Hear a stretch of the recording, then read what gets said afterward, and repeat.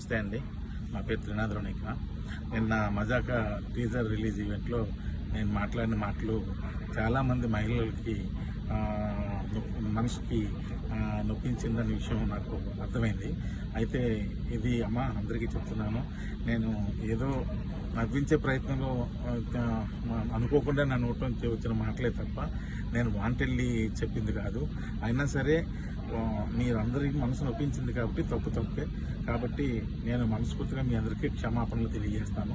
పెద్ద మనసు చేసుకుని క్షమించండి. ఎందుకంటే మా ఇంట్లో కూడా ఆడపిల్లలు ఉన్నారు. నేను అంశు గారికి కూడా నేను క్షమాపణ తెలియజేస్తాను.